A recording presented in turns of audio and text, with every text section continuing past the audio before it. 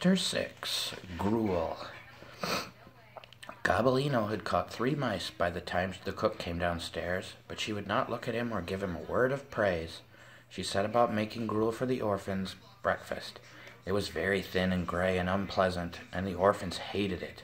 The porteress had told the cook to make them good porridge, but she never woke up herself until the tables were cleared. So the lazy cook made gruel day after day, and the porteress knew nothing whatsoever about it.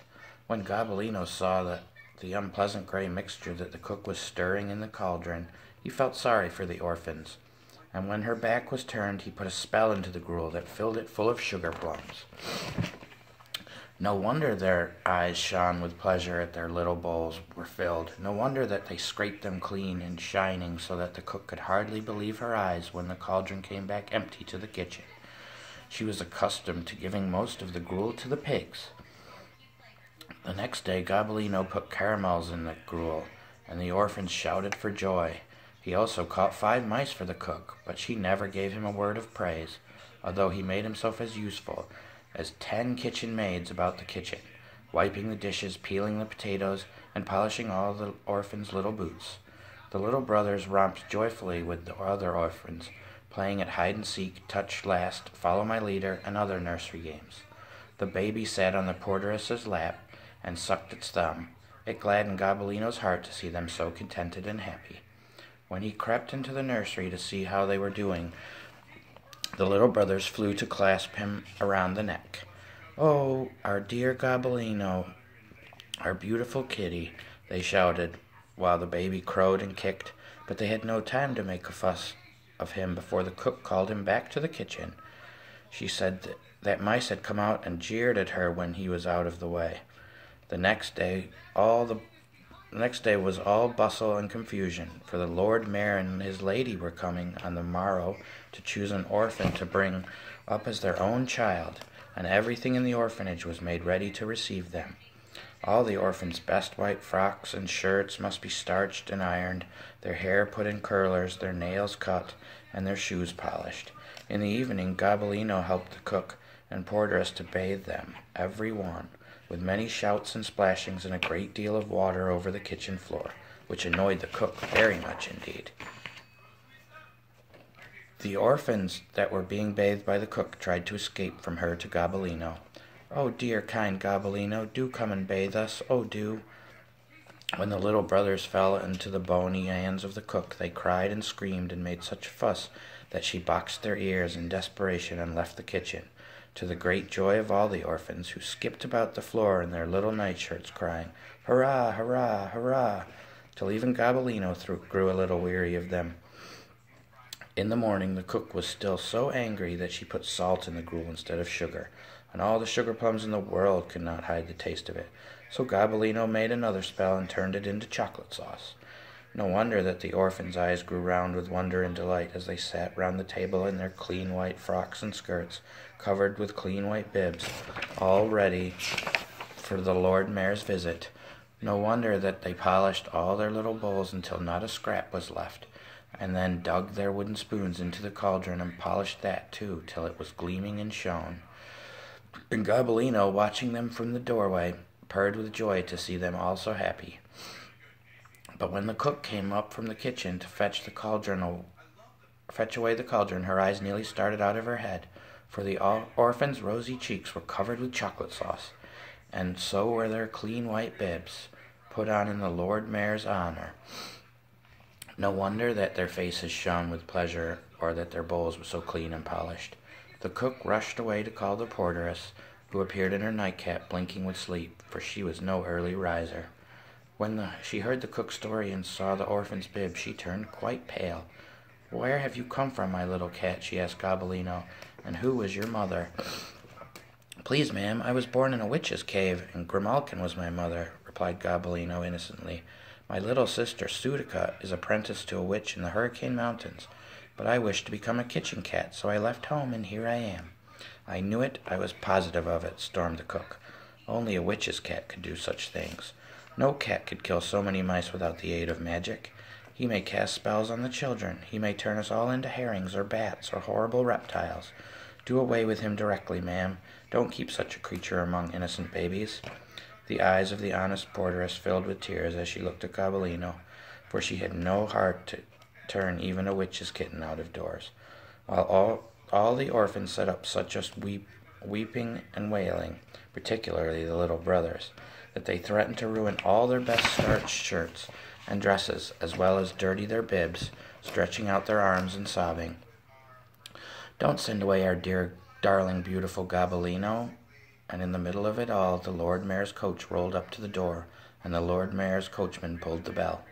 The porters had just time to dry the orphans' tears, wipe the chocolate sauce off their faces, and remove their bibs, while the cook, having flung her slipper at Gobbolino and driven him into the kitchen, ran to open the door.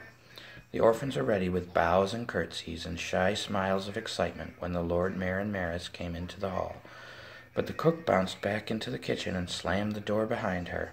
"Now be off with you," she cried to Gobbolino. "Witch's cat, magic maker, you shall never put spells into my cauldron again. Out into the street you go, and never let me see a whisker of your face again." So saying, she picked up a stick and chased Gobbolino out the back door into the street. The little cat shivered and shook when he found himself safe around the corner. "Oh, my goodness, how unlucky am I," he said to himself, sitting down for a moment to get his breath. "I never meant any harm. I only meant to give some pleasure to those innocent children. Who would have thought it would lead to such trouble? Oh, why was I born a witch's cat? Oh, why?"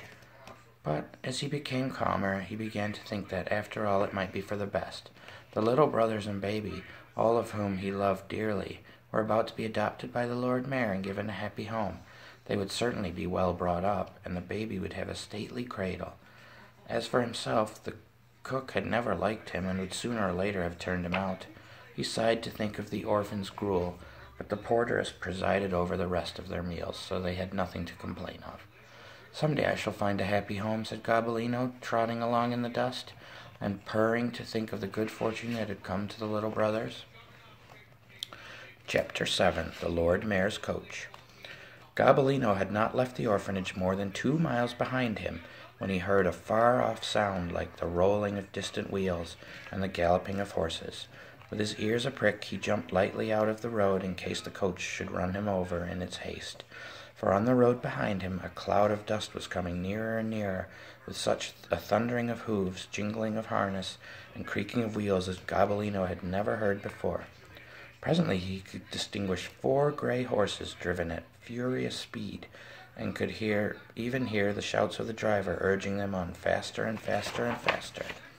"Oh, my goodness," said Gobbolino, "that looks remarkably like the Lord Mayor's coach, which I saw standing at the orphanage door. If it really is so, he must have left in a hurry. Whatever can be the matter?" He crouched against the roadside while the great coach thundered past, swaying and jolting like a clumsy elephant. But it had scarcely passed him before 3 voices called out, "Oh, oh, oh! Our darling, beautiful, sweet Gobbolino! Stop the coach! Stop, stop, stop! He's here, he's here, he's here!" And to Gobbolino's horror and surprise, he saw that the galloping coach, with the sweating, frantic horses and flying wheels, was driven by the biggest of the 3 little brothers. 2 more leaned out of the windows, calling his name with all their might, while the baby, slung on the axle in his basket, solemnly sucked his thumb amid all the jolting and swinging, and said nothing at all. When they saw Gobbolino, Big Brother made a tremendous effort to draw in his horses, but they were galloping so fast that he only bewildered them. The coach swerved wildly round the next corner, catching the wheel hub on a large stone, and overturned. The next minute, with a terrible crackling of shafts and splintering of gilded wood, they were all upside down in the ditch. "Oh, my goodness!" cried Gobbolino, galloping after them. The horses were unharmed, and although all the little brothers were crying bitterly with distress and bruises on their foreheads, they were not sorely hurt either. The baby had been tossed onto the grass and was already picking dandelions, but the Lord Mayor's beautiful golden coach lay in the ditch with broken shafts. Gobbolino set the little brothers on their feet, prodding them for broken limbs in some anxiety. When he found they were all safe and sound, he cuffed their ears soundly all round, and took the dandelions out of the baby's mouth and said, "You ought to be ashamed of yourselves, you ought. I don't know what in the world is to become of you. The Lord Mayor will never adopt you now. "Oh, please don't be angry with us, dear sweet kind Gobbolino," sobbed the little brothers, bursting into fresh tears of grief and remorse. "How could you run away and leave us and not expect us to come after you and fetch you back again? How can you expect us to be adopted and leave you behind? We didn't mean any harm. How can you be so angry with us, Gobbolino?" "Well, well, well, it can't be helped now," he said Gobbolino, wiping away their tears. "I suppose the coach can be mended and the horses seem as fresh as ever. We must go back to the orphanage and ask the Lord Mayor's pardon directly." Big Brother caught the horses and mounted the leader. Brother climbed on the second and Little Brother on the third. Gobbolino leapt lightly on the fourth, holding the baby in his basket in front of him. The horses were no longer excited and unmanageable. They trotted quietly back to the orphanage gate and stopped in front of the door. They found the whole orphanage, the mayor, the mayoress, the porteress, the 24 orphans, even the cook, assembled on the steps, peering anxiously down the road. When they saw the little brothers, the Lord Mayor was the first to gather them into his arms. My poor unfortunate children," he cried. "You might have been killed or terribly injured.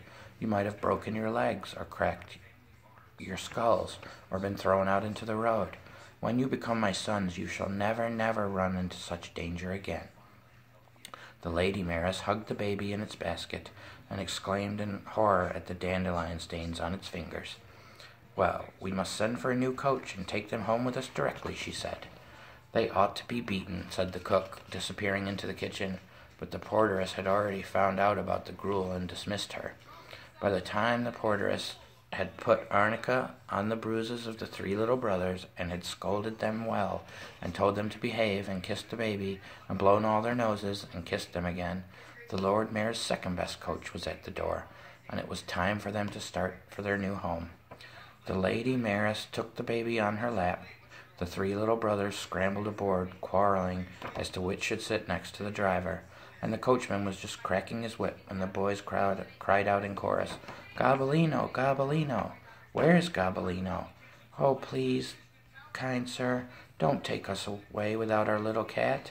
The kind-hearted Lord Mayor was ready to do anything for his 4 new sons, but the Lady Mayoress detested cats.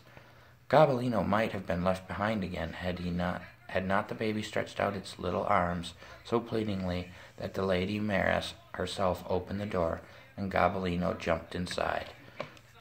He was careful to avoid distressing her by sitting very quietly in a far corner of the carriage, and so the coach rumbled steadily towards their new home, and Gobbolino realized with pleasure that he was now to become a Lord Mayor's cat.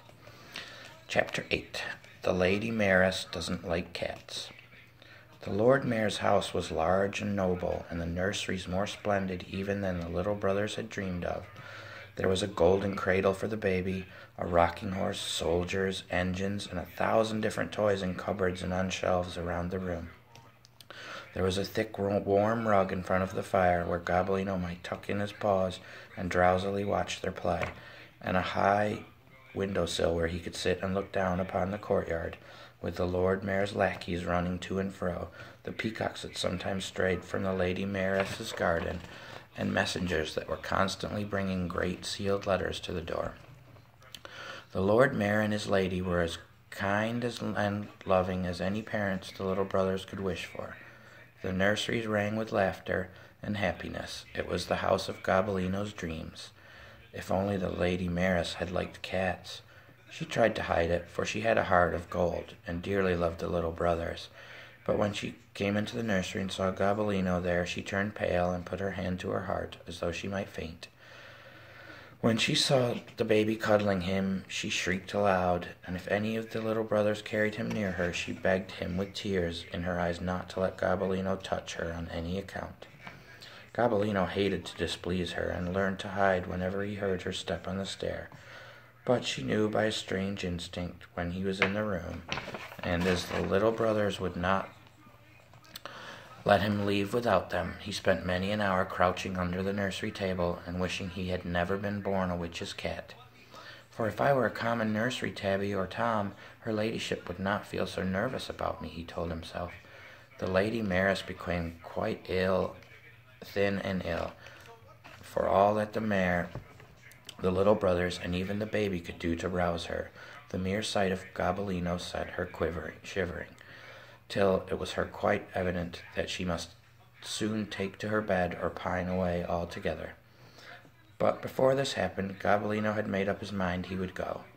He told the little brothers this, and their sobs, tears, and lamentations filled the nursery, nearly breaking Gobbolino's heart.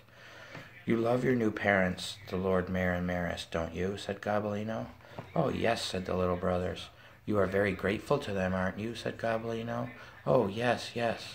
You would do anything in the world to please them and bring them joy." "Oh, yes, yes, yes."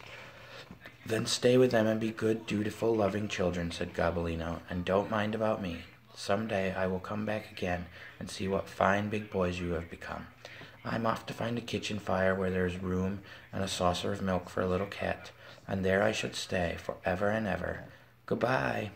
"Goodbye, our kind, good, faithful Gobbolino," sobbed the little brothers, so smothering him with their kisses and their embraces that he was not sorry to escape from their hands and scamper away back down the stairs. The Lord Mayor, with his pocket full of sugar plums, stopped the little boys' tears, and Gobbolino once again heard their joyful cries as he left the courtyard and trotted out into the wide world. "Surely this time I shall be lucky," said Gobbolino.